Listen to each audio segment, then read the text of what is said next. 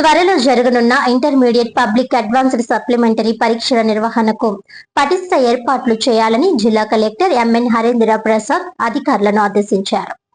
బుధవారం కాకినాడ కలెక్టరేట్ లో మే నెల 21 నుంచి జూన్ 4 వరకు జరగనున్న ఇంటర్మీడియట్ పబ్లిక్ అడ్వాన్స్డ్ సప్లిమెంటరీ పరీక్షల నిర్వహణపై కాకినాడ కలెక్టరేట్ లో జిల్లా collector M N Harendra Prasad, DRO doctor T Thippenayak, జిల్లా ఇంటర్మీడియట్ అధికారులు, రెవెన్యూ, పోలీస్, విద్యుత్, వైద్య ఆరోగ్యం, ప్రజా రవాణా, పోస్టల్ శాఖల అధికారులతో సమన్వయ సమావేశం నిర్వహించారు. పరీక్షల నిర్వహణకు సంబంధించి వివిధ శాఖల మధ్య సమన్వయం, భద్రతా ఏర్పాట్లు, వైద్య సదుపాయాలు, తపాలా సేవలు, పరీక్షా కేంద్రాల వద్ద బందోబస్తు నిర్వహణ తదితర అంశాలను ఈ సందర్భంగా జిల్లా కలెక్టర్ చర్చించి అధికారులకు దిశానిర్దేశం చేశారు. ఈ సందర్భంగా జిల్లా కలెక్టర్ హరేంద్ర ప్రసాద్ మాట్లాడుతూ మే నెల 21 నుంచి జూన్ 4 వరకు జరగనున్న ఇంటర్మీడియట్ పబ్లిక్ అడ్వాన్స్డ్ సప్లిమెంటరీ పరీక్షలు ప్రశాంతంగా, పారదర్శకంగా నిర్వహించేందుకు అవసరమైన ఏర్పాట్లు చేయాలన్నారు. కాకినాడ జిల్లాలో అడ్వాన్స్డ్ సప్లిమెంటరీ పరీక్షలకు 40 పరీక్షా కేంద్రాల్లో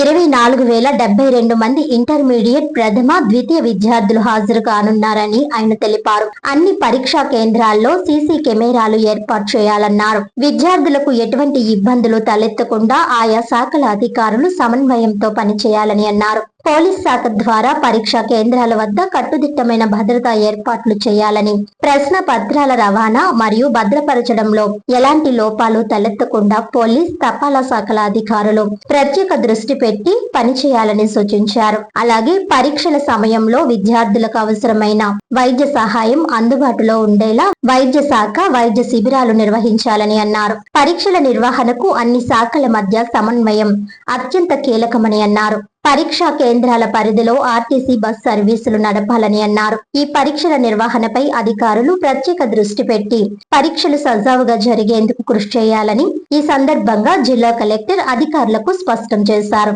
ఈ సమావేశంలో డిఈఓ వి కేశవరావు, వైద్య ఆరోగ్యం, విద్య, జిల్లా panchayati, police, Kakinada head post office అధికారులు, జిల్లా పరీక్షల కమిటీ డిఈసి సభ్యులు J Rambabu, V Srinivasarao, DVK Varma, అధ్యాపకులు ఎన్ గోవింద్, ఇతర అధికారులు తదితరులు పాల్గొన్నారు.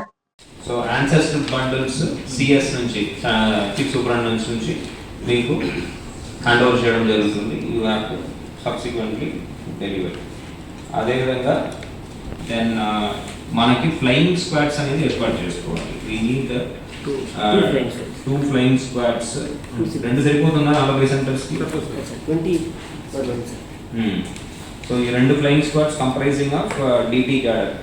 ఓకే, మనము ప్లస్ పోలీస్ డిపార్ట్మెంట్ నుంచి కూడా ఉంటారు. ఓయిల్ని మనము ఎగ్జామ్ రోజున అప్లై చేయాలి. Anything you want to add other than this? Any other support is required from any of the department?